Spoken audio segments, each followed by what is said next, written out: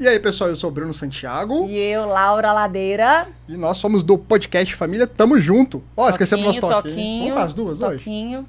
hoje? Aê, hoje eu fiz certinho. Estamos aqui, eu tô muito honrado, muito feliz. Eu acho que eu falo sempre, né? Que a gente só vem buscando trazer pessoas do bem, com grandes movimentos e comunidades. Mas a Bebel... falei antes. Falou. Podemos dizer que a gente estava até comentando ali que abriu portas para todo mundo que escreve, se expõe, né? No lado da maternidade, Pioneira. Criação de filhos. E a gente tem que te agradecer, Bebel. Pela verdade. Diretamente de São Paulo. Diretamente de São Paulo. Se a gente está aqui, né, Bruno, com os nossos movimentos, tudo começou com você, Bebel. Eu que agradeço o convite, gente. Prazerão te conhecer pessoalmente. Eu Igualmente. sempre ouvi tanto falar de você na internet, né, nas redes sociais, e ter aqui você diretamente de São Paulo é um prazer. Igualmente. Isso aí. E é isso. Pô, então, seja bem-vindo, Bebel. Bem-vindo, Laura também. Bem-vindo, Bruno. Igor também tá aqui Bem-vindo, todo mundo. Vamos agradecer nossos parceiros, o Tauá Resorts, Kids English, e também vamos falar também do Inbox, né, onde que a gente está gravando todas as semanas os nossos podcasts. Muito obrigado pela estrutura, estamos juntos. Isso aí. E é isso aí. E vamos lá, vamos começar esse papo gostoso, rico e autêntico com a nossa querida Bebel. Você quer fazer as honras, Laura? Vou fazer as honras. Então, explicar para o pessoal como que começou, né? Bebel, ela iniciou um movimento que deu início aos grupos de mães em Belo Horizonte, que foi o Padecendo no Paraíso, que é um nome extremamente sugestivo, né? Grupo de mães, porque é a realidade, a gente padece no paraíso todos os dias. E aí, há 12 anos atrás, né, Bebel? Isso. Conta um pouquinho aí da caminhada do Padecendo. Pré-adolescente, né? Eu estava brincando aqui. E aí, até o que chegou a hoje ser o Padecendo. Conta um pouquinho da história do Padecendo pra gente. Pois é, eu sou formada em arquitetura, tinha lá meu escritório com funcionárias, não sei o quê, resolvi engravidar e achei que eu ia continuar tendo uma vida de arquiteta normal, né, que meu filho ia ficar na escola integral e tudo, e de repente meu mundo caiu, a realidade veio, né, igual um piano caindo em cima da minha cabeça. É isso mesmo. E eu não tinha com quem falar sobre as dificuldades que eu estava tendo. Na época o Felipe estava com 1 ano e pouco. E assim, até 1 ano eu estava achando tudo tranquilo, mas depois ele virou uma chave, aí foi chegando perto dos 2 anos, foi complicando mais. E um dia eu fiz um post no meu feed no Facebook, e o Facebook era bem recente ainda, né? Em 2011, no comecinho de 2011, pedindo ajuda para as amigas que tinham filhos, e eram poucas, assim. Gente, eu tô acontecendo isso, eu não sei o que fazer. E aí, teve uns 50 comentários naquele post, 50 comentários. Na época, né? Era um absurdo, assim, assim, aí uma amiga comentou lá, nossa, tanta gente comentando, Bebel, por que você não cria um grupo pra gente falar disso, né? Só as mães. Eu não sabia nem como é que criava grupo no Face, né? Aí eu fui descobrir como é que criava o grupo, criei o grupo. E coloquei ali as amigas que tinham filhos e que estavam grávidas. Eram 30 amigas no começo e uma conta para outra, vai chamando a outra e tal, e na hora que a gente estava com 200, 500, não sei o quê, chegamos a 10 mil, passou de 10 mil. A comunidade ainda com a internet, né? Fantástico. Incrível. E aí, nisso, a gente tem que começar a abrir um pouco, né? Assim, não pode ficar só dentro do grupo, porque muita gente quer saber o que está acontecendo, a gente queria que os pais estivessem também, soubessem dos assuntos, mas não ali dentro, onde a gente desabafava, era um confessionário, né? Claro. Você diz pais, a figura masculina, os maridos e tal. Ah, tá. Eu não sabia. Então, eu fiz a página, né? Tem a página aberta no Facebook, onde a gente leva os assuntos mais importantes para lá, e o Instagram.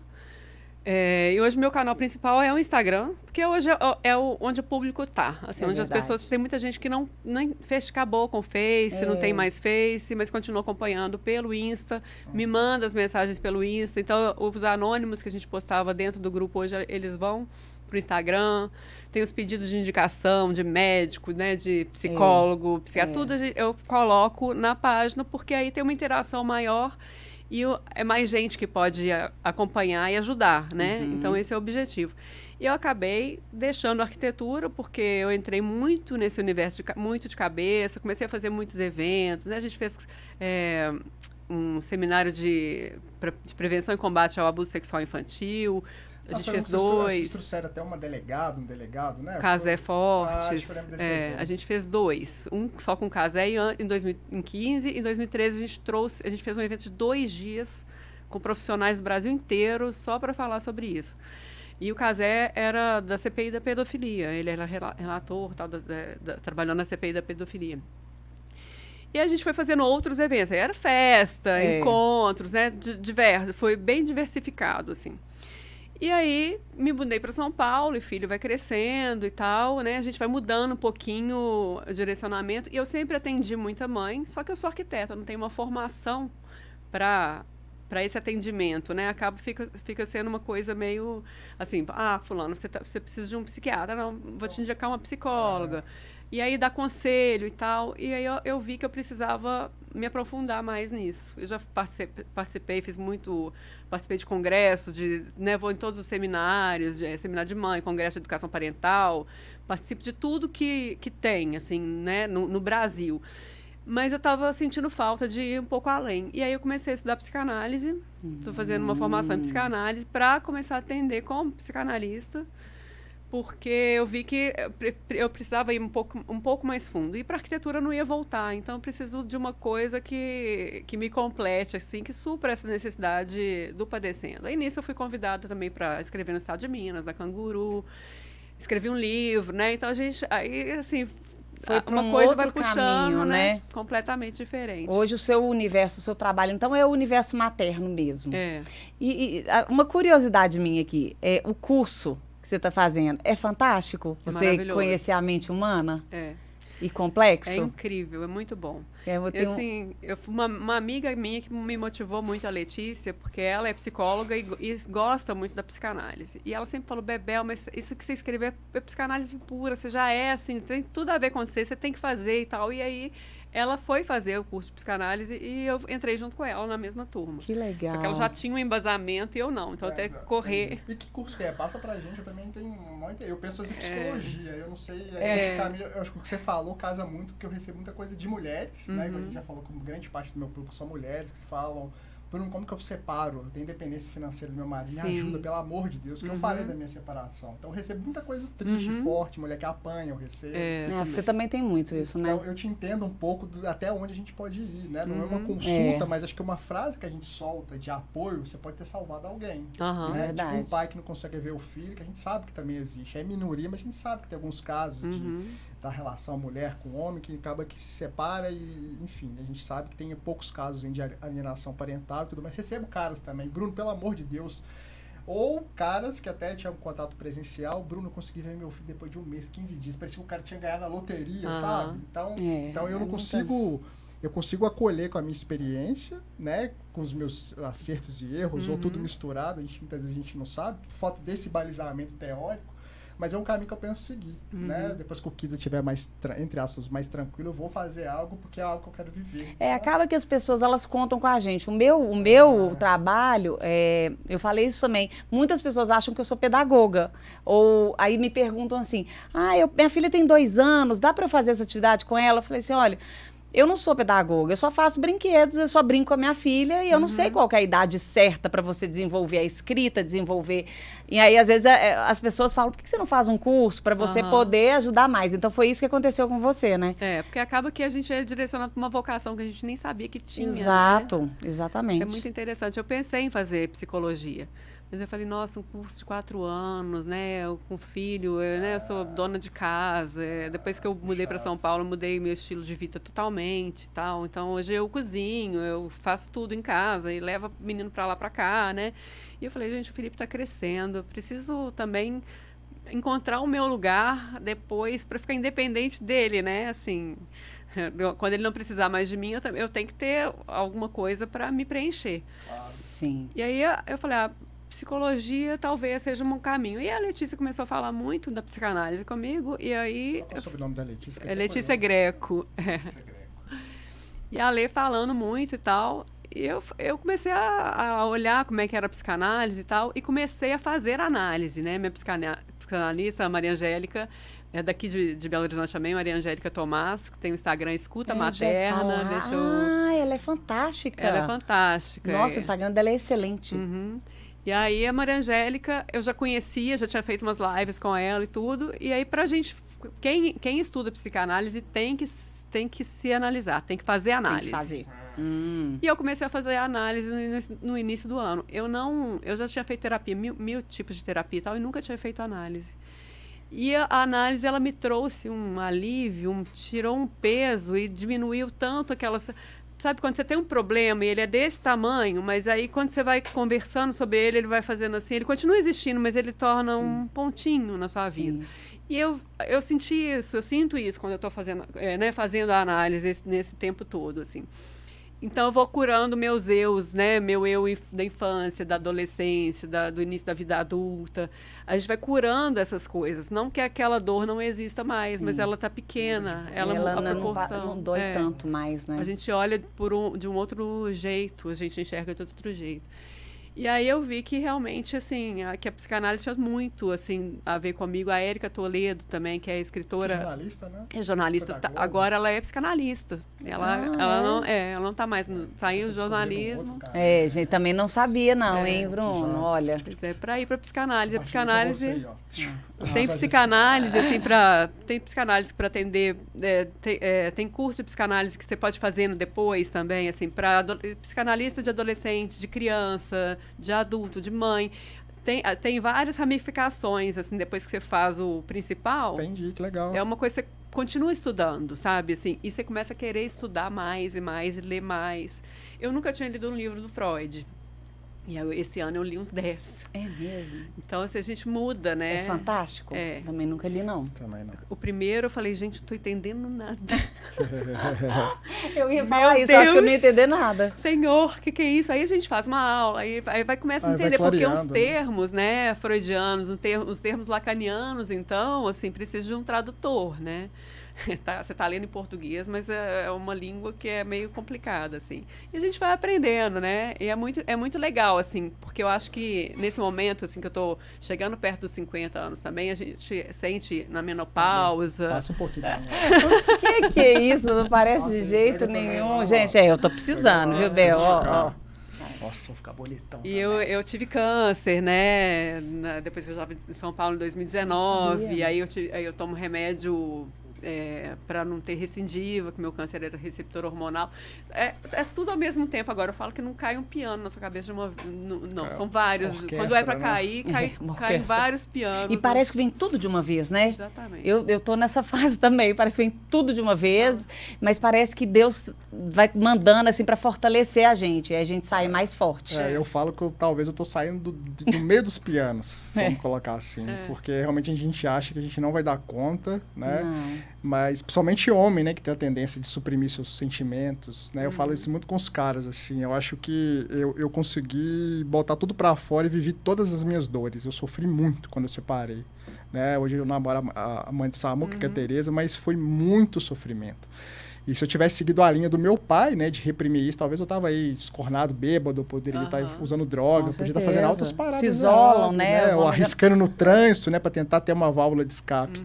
Então, normalmente pegando várias mulheres, aí sumindo, né? Porque eu tava lendo muito esses dias, né? O homem pega e some, né? Porque ele quer fugir dos problemas, né? Quando chega na hora do vamos ver mesmo, de encarar a vida como ela é, ele some. Ou então até para o lance das mulheres, né? Até uma forma de justificar o fim da separação, né? Então, ela não me quis, então eu vou pegar várias, então, né? Para mostrar para meus amigos que eu sou o bonitão, muito né? Comum, então, assim, é um dos motivos que eu quero fazer algo além para balizar as coisas que eu falo, até para atender os homens, sabe? A gente tem alguns documentários legais do Papo de Homem, que é O Silêncio dos Homens, que é um documentário lindo, a gente fica até aí como sugestão para vocês, que é muito legal. Não assisti, não. Aonde que assiste Tem isso? no YouTube tem, chama Papo de Homem, que é como se fosse uma comunidade de homens que pegam várias nuances com relação à masculinidade, quebra de modelos, né? Com várias coisas mais profundas e coisas mais superficiais. E fizeram esse documentário com diversos homens aí do Brasil inteiro. É bem bonito. É muito legal. É muito forte. Eu lembro que eu fiz uma palestra no Instituto Nascer, aqui de Belo Horizonte. Eram 50 mães com 50 bebês para a gente assistir O Silêncio dos Homens. E claro que não deu para ver que tinham vários bebês lá, né? Tava esse chorinho gostoso e tal. Mas eu recebi assim, Bruno, eu não sabia que homem sofria tanto. Eu recebi muito no pé do ouvido, Mas sabe? tinha homem assistindo? Só mulheres. Eram mulheres com os bebês. Ah, legal demais. Chegamos convidados. Isso, muito especiais. Outra convidada especial, a gente está bem feliz. E agradecemos demais, né? Com certeza. Daqui a pouco nós vamos falar mais sobre isso. Isso aí.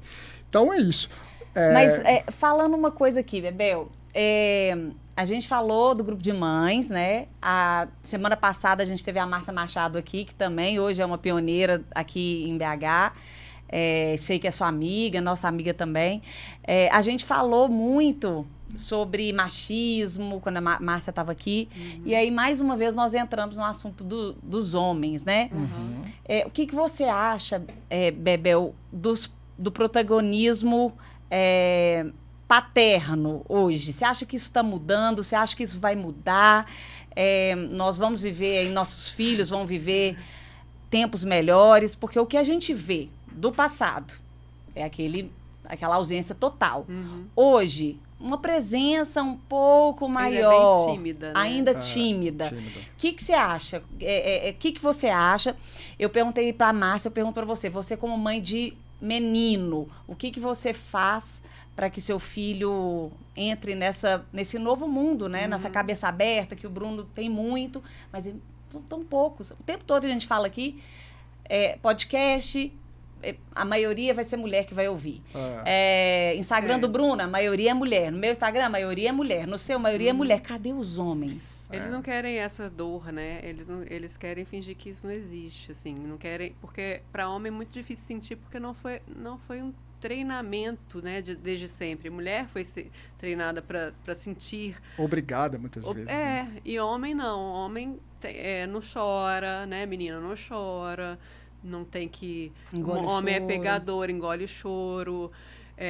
Homem vai... Trai, e tá tudo bem. Trai, tá tudo bem. Começa a vida sexual, às vezes, num prostíbulo, como uma prostituta que levado pelo pai. Isso é uma violência sexual contra os meninos também, que numa sociedade patriarcal, machista igual a nossa, é normalizado, mas não é. E essas dores, elas vão ficando sem tratamento, sem ser curadas, sem ser faladas, né? Não são nem mencionadas. Então, sim, a gente tem, né, pais, igual o Bruno, tem o Rafa Andrade, né? Que vai vir aqui, né? O Rafa vai vir aqui. O Rafa é meu sócio no Clube Família, então ele sempre falou disso, ele foi pai solo e tal. O meu irmão é um cara super pai, assim, que é o que leva no médico, leva em pediatra, que busca na escola todos os dias, para equilibrar com a minha cunhada que trabalha mais longe, mais tempo, enfim. Eu acho que muito desse papel do homem, assim, a gente também tem que colocá-los, né? A gente tem que dar espaço, porque muitas vezes, pelo próprio machismo, nós, mães, não damos espaço para os pais se aproximarem. Então, quando o menino nasce, a gente não quer que o pai pegue, tem medo dele fazer errado. Que vai quebrar o menino. Entendeu? Você então, falava assim, da sua sogra, né? Que ela tirava o seu filho do sabão. É um negócio... Aí tá 3 categorias de pais. Tem uns atrevidos, que talvez seja o caminho que eu segui, porque tinha gente querendo roubar o meu espaço. Não por maldade. Sim, mas é que acho que você não dá conta. Eu acho que não dá conta. Aí eu falei, gente... Tá bom, teve alguns atritos fortes, talvez eu tenha virado a chave do Bruno fofo pro Bruno terrorista. O Bruno fofo, lá vem o Bruno fofo. Mas quebrou, realmente quebrou as relações. O meu casamento com a chegada do Samuel virou outro, né? Porque tem que ter uma gestão do casal, é eu, Tereza e a criança. Enfim, então a gente estava num cenário que não foi por maldade, mas tinha gente realmente querendo... Não, pode deixar que eu só te ensinar. Pegava o Samuel e falei, meu Deus do céu. Aí, no início eu começava, beleza, tá, deixa eu ver, Mas depois eu falei, não, pode deixar, né? Pode deixar que eu faço, muito obrigado, boa tarde, bom dia. Tinha gente querendo dormir na maternidade com a gente. Falei, gente, tá tudo bem, pode todo mundo ir embora, tá tudo certinho. Então tem os caras que tomam frente, que tem que ser tomado. Eu sei que tem todo o histórico, eu também fui... entre aspas, ameaçado para perder virgindade. Sorte que eu decidi não seguir a onda dos caras. Isso é doloroso. Mas acho que nada justifica a falta de proatividade na maioria. Acho que a Bebel pegou até leve, eu acho. Bebel foi muito clássica, eu acho. Para mim, a grande parte realmente não quer saber de nada. Isso é fato, né? Pelas coisas que eu vejo, porque lidar com isso dói, né? Encarar dói. Na pandemia, é muito mais fácil. Na pandemia isso ficou muito claro. Porque na pandemia que todo mundo foi pro home office... Eu recebi, você deve ter recebido também muitos relatos, as mães foram para casa, foram para o home office, tiveram que dispensar ajudante, né, naquele início e tal. Os meninos na aula online, o pai também trabalhando no home office. O que acontecia? De manhã cedo o pai tomava café, entrava no quarto, fechava a porta e ficava lá. A mãe trabalhando, olhando, acompanhando as aulas online, resolvendo fazer almoço, porque tinha que fazer o almoço. O bonitão saía na hora do almoço, o que tem para comer, sentava, comia, nem sequer lavava o prato que comeu, voltava lá. E aí ela ia ter que trabalhar até mais tarde, depois que os meninos dormiam, trabalhando, e o casamento, muito casamento acabou. Né, nesse momento da pandemia. Por quê? Porque, de repente, as mulheres viram que elas não tinham mais um companheiro. Elas estavam ali sozinhas naquela missão. De fornecer comida e outras de sexo, né? À noite. E elas tem isso, né? E elas estavam numa missão ali. E, gente, convenhamos, quem que tem tesão de fazer sexo depois de um dia estressante, onde você não teve um mínimo de ajuda. De cuidado, né? De cuidado e para divisão da tarefa, né? Onde você está extremamente sobrecarregada. Então, a mulher já é diferente do homem, né? Em termos até hormonais, né? É totalmente diferente. Aí ainda tem toda a pressão do dia a dia, toda a responsabilidade em cima da mulher, sozinha, a falta de atenção. Aí à noite ainda quer e ainda reclama, né? Se não tem. E quando tem, até fico muito preocupado, porque quando a mulher não quer e acontece, isso pra mim é um crime. Isso é crime. E é muito comum. Aliás, acho que é estupro dentro do casamento. Vamos falar real. letras, mas isso pra mim é um estupro. Mas é natural, gente. É comum para as mulheres. Porque às vezes tem que atender, né, o marido. As mulheres aprendem que a partir do momento que ela casou, o corpo dela pertence ao marido. Que ela não tem direito de dizer não, né? Isso são coisas que estão sendo desconstruídas, mas é um processo muito lento. E aí foi a pergunta que eu fiz. O que você vê? O que você vê? Você acha que vai ser nas próximas gerações? A gente vai viver para ver isso? Será? Eu acho que nós, mães, meninos principalmente, temos uma responsabilidade muito grande de conversar e fazer eles entenderem, exporem os sentimentos. Não fala muito isso. A gente não reprimir os nossos filhos é o primeiro passo. E mostrar para eles que a gente precisa de uma colaboração, que a casa é de todo mundo, que a gente tem que dividir as tarefas entre todos. Então, por exemplo, almoçou, tirar o prato da mesa, levar para a cozinha, o básico. Né? E conversar sobre os sentimentos. Eu briguei com um colega na escola, eu fiquei muito chateado. Então como é que foi? Escutar. E agora que eles estão chegando, principalmente na adolescência, eles precisam muito mais que a gente escute do que a gente fale. Né? A gente tem que mudar, e também é muito difícil para nós pais entendermos que a gente tem que falar menos e ouvir muito mais, e uma escuta sem julgamento. Porque a gente tem que entender que eles são outra geração, que eles têm outra visão. Então, essa escuta sem julgamento, deixar eles falarem, deixar eles mostrarem os sentimentos deles, especialmente os meninos, mas obviamente as meninas também precisam dessa escuta, né? Mas eles sentem, né? Os meninos sentem, e a gente precisa validar o que eles sentem. Porque a sociedade invalida muitas vezes, né? Você é um fraco, né? Então... E a adolescência é tudo muito, muito pesado, muito forte, né? Ainda mais com a internet intenso, ainda, né? Muito intenso, muito intenso. A adolescência é um momento traumático. Essa transferência, essa mudança para a adolescência é um trauma, porque eles descobrem que os pais ideais, aqueles pais que eles tinham, que eles viam como os ídolos maravilhosos, perfeitos, são imperfeitos, são pessoas normais. Então, existe essa desilusão, esse trauma da perda, né, entre aspas, dos pais, daqueles pais que eles achavam que nós éramos, para os pais que eles estão vendo real ali, cheio de defeitos, cheio de erros. E eles vão condenar a gente por isso, eles vão sofrer porque eles estão vendo que a gente tem problemas, que a gente tem defeitos, que a gente sempre vai errar e a gente vai tentar acertar. E, inclusive, validar isso para eles. Gente, realmente, desculpa, a gente pedir desculpa. Filho, eu errei mesmo com você, desculpa, né? Eu tentei acertar, a gente não sabe como é que faz as coisas e tal. Eu estou muito triste por isso. E a gente também mostrar os nossos sentimentos, os homens, principalmente os pais, mostrarem para eles os sentimentos deles. E aí a gente tem esse papel com os maridos, né, com os pais, nossos filhos, de fazer eles se abrirem, que é o bicho. É difícil. Nós vamos falar aqui depois, né? Porque você comentou que o Padecendo foi isso, né? Foi crescendo e hoje são o seu trabalho hoje está muito virado para adolescente. Seu filho está com quantos anos? 13. 13, nossa. Mas aí, só para finalizar, eu lembrei de uma situação que aconteceu que fala um pouco dessa questão do acolhimento do homem. Tivemos essa semana, né, a derrota do Brasil, né? Todo mundo ficou muito triste e tivemos uma cena que todo mundo falou, né? Que na hora que acabou, o Tite, o capitão, virou as costas para os meninos, né? Tudo ali é menino, e foi embora. Aí vieram vários textos, várias análises, e aí a gente podia fazer uma análise aqui, né? Eu mesmo postei um texto que fala da relação do Tite com a paternidade, dos pais que realmente, pais homens, né? Que viram as costas para os filhos na hora que eles estão chorando. Ah, não chora não, engole esse choro e essas coisas.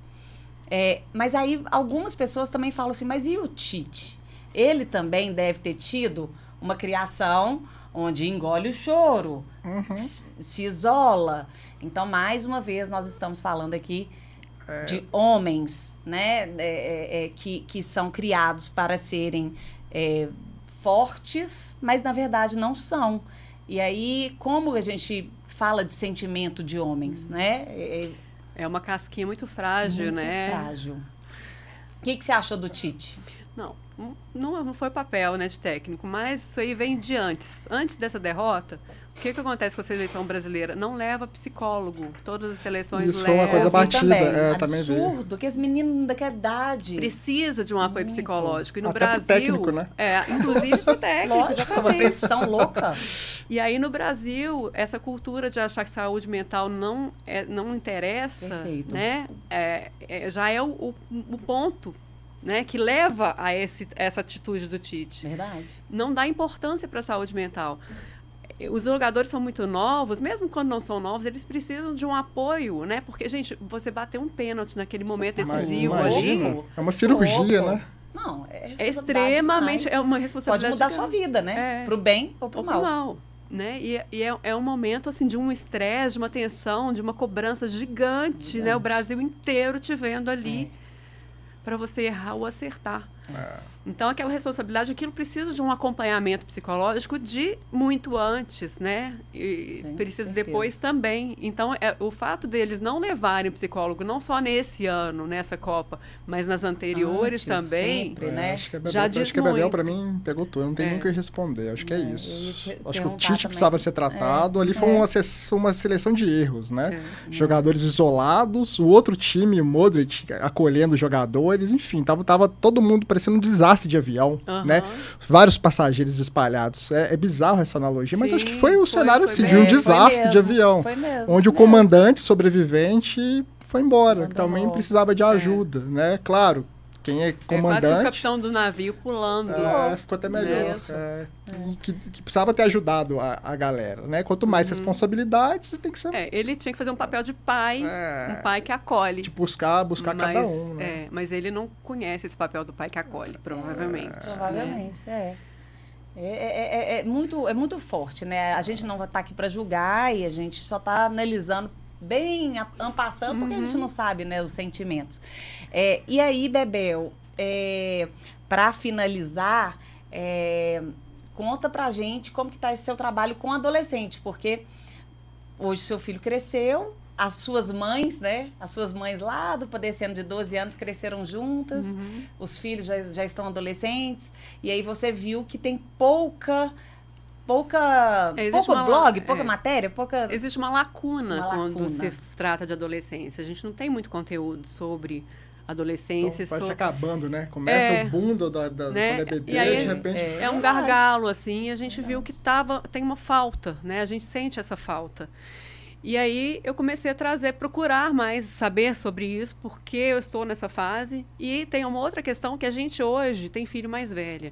Então, quando os nossos filhos estão entrando na adolescência, a gente está entrando na menopausa.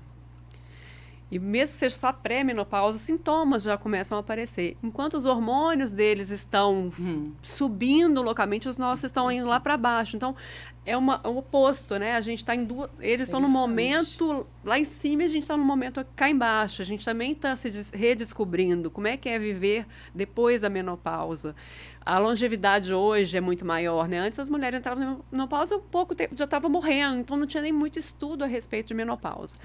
Então a gente tem que aprender a lidar com os nossos hormônios caindo, com os hormônios deles lá no teto, lidar com as frustrações dele, com essa perda dos pais que eles têm, né? Essa perda psicológica do pai ideal.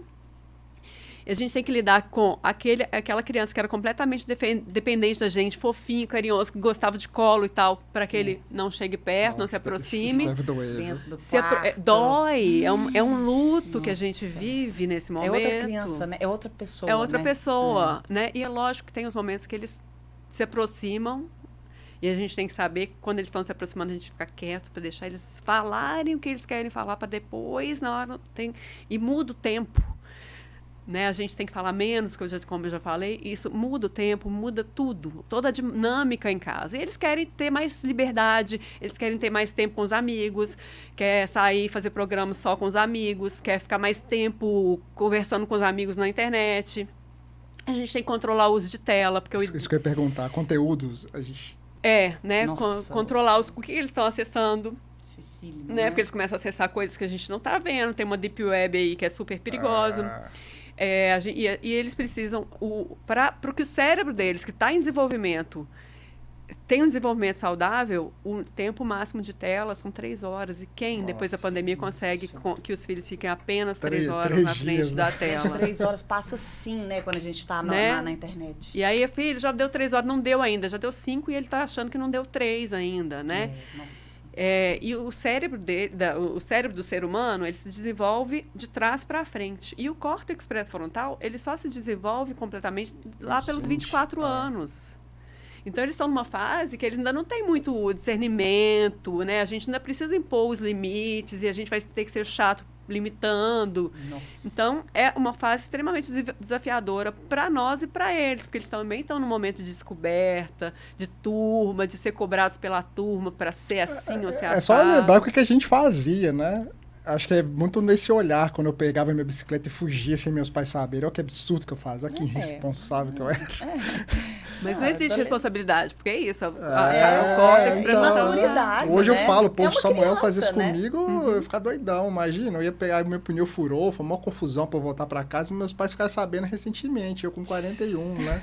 Das aventuras que eu tinha. É porque é uma criança num corpo grande, né? Às vezes tem adolescente aí que tem 1,80m, 1,70m, são grandes mas é o que você falou. E eles têm que se despedir do corpo infantil. Também é um luto, gente. Nossa, expressão legal. É muita coisa, é muita coisa. E aí, através do grupo, você está escrevendo mais para mães e adolescentes? Você está fazendo palestras? Conta aí pra gente, divulga. E fala do evento também. Sim, estou estudando mais sobre adolescência, estou vendo muita coisa de psicanálise para mães de adolescentes, para ajudar as mães de adolescentes também, que o meu foco vai ser esse. Quando eu começar a atender como psicanalista, eu pretendo atender as mães de adolescentes por causa dessa lacuna que eu vejo, assim, talvez até... eu pretendo dar essa ênfase para a adolescência. E dia 25 de março do ano que vem, a gente vai fazer o evento Encontro Meu Adolescente com Vida Padecendo e Cris Paz. Cris Paz era Cris Guerra e virou Cris Paz, que também está nessa transição. Né? Muito bacana. E a Carolina Dantas, Carolina Lentes e a Ana Cláudia Eutrópio, que a Dantas e a Eutrópio são psicólogas, né? A Ana Cláudia Eutrópio trabalha com adolescente, a Carolina Dantas também. A Carolina Lentes, as 3 são coautoras do livro Meu Adolescente, que é um livro muito bacana para quem tem filho entrando na adolescência. E o encontro vai ser dia 25 de março, tá à venda pelo Simpla, mas aqui em BH? Aqui em BH, no Mercury Lourdes. Que beleza. Tem online para quem não estiver em Belo Horizonte também, né? E as inscrições estão abertas, o link está lá no Instagram, @meuadolescente. A Cris vai trazer pra gente esse tema da menopausa, né? E eu vou pegar as meninas vão falar para as mães de adolescente, eu vou falar dessa transição do filho e da nossa transição, né? Da mãe de criança para mãe de adolescente para mãe na menopausa. E a Cris tem estudado muito sobre menopausa, todos os efeitos, né? Os calorões e tudo, para orientar as mães também, né? Porque a gente é muito louco quando a gente começa a ter as coisas, porque a gente também tem pouca informação sobre a menopausa. E seria muito legal, mais uma vez, os pais participarem para ter mais empatia com as suas próprias minas, vamos ver se a gente consegue, né? Vamos ver quantos. Eu acho que é um desafio, porque não adianta vocês, né? Eu sei que existe um trabalho, mas enquanto a gente não trabalhar o lado de cá e os caras não terem paciência, né? Com as coisas que vocês passam, realmente não vai mudar nunca, eu acho. E a gente pensou muito, inclusive, o nome é Encontro de Mães, porque geralmente os pais não comparecem, a gente vai falar para as mães, né? Mas os pais são super convidados também. A gente já tem mais de 60 pessoas inscritas, não tem nenhum homem até esse momento. Então faço questão de primeiro reforçar. Aqui, ó. Eu e outros caras, acho que faço questão de abraçar. Igual no seminário de mães, eram 1000 mulheres, eram 10 homens. Sendo dos 10, 5 eram fornecedores. Então era tipo um ET, né? Então não adianta só falar bonito. Eu ia lá e tem que fazer seminário de homens também, né, gente? Tem alguns movimentos bem... A gente tinha um grupo, tem vários grupos de masculinidade. Eu tinha um, que era Homens com H.